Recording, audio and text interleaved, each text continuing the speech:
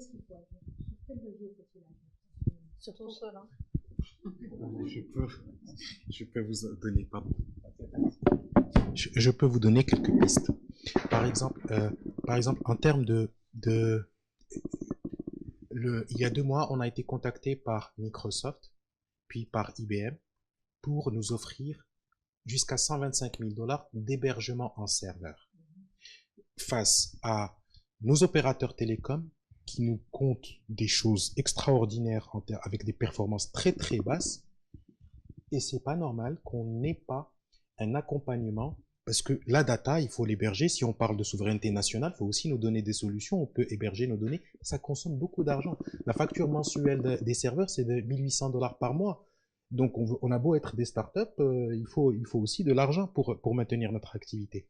Ça, c'est un. Deux, il y a des choses que nous n'arrivons pas encore à voir. Il faut peut-être changer effectivement notre modèle comptable, aller vers des choses comme à l'américaine, le goodwill, les intangible assets, parce que je n'arrive pas à valoriser ce que nous venons créer autrement que par l'immobilisation que je fais du salaire de mes développeurs, et c'est tout.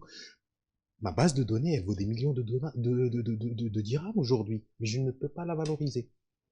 Ce sont des choses qui peuvent... des organismes aujourd'hui qui font goulot, parce qu'ils sont sous-équipés pour ce qu'ils demandent, et je vais le dire tout de suite. Par exemple, pour moi, si on veut être souverain pour la data, eh ben, il faut qu'on donne beaucoup de moyens à la CNDP pour accélérer les dossiers, parce que je ne peux pas attendre 5 mois. C'est une déclaration, mais finalement, je fais la même démarche. Ils confondent entre déclaration et autorisation. 5 mois, je le redis tout de suite, c'est 1,5 million d'attente. Et j'ai peur parce que la loi sur 0908, elle est très stricte, très sévère. J'ai une SA, j'ai une responsabilité juridique et légale. Je veux me sentir plus à l'aise et je veux vraiment traiter la data comme il faut, mais encore faut-il m'aider sur ces points. Donc ça fait c'est parmi les pistes. Autre chose, comme je disais, c'est 1 300 000 en impôts, alors que je n'ai pas encore fait de chiffre d'affaires et que je viens de prendre l'argent de chez un fonds d'investissement. Aujourd'hui, j'ai 2,7 millions en immobilisation dans mon système. C'est ce que j'ai mis.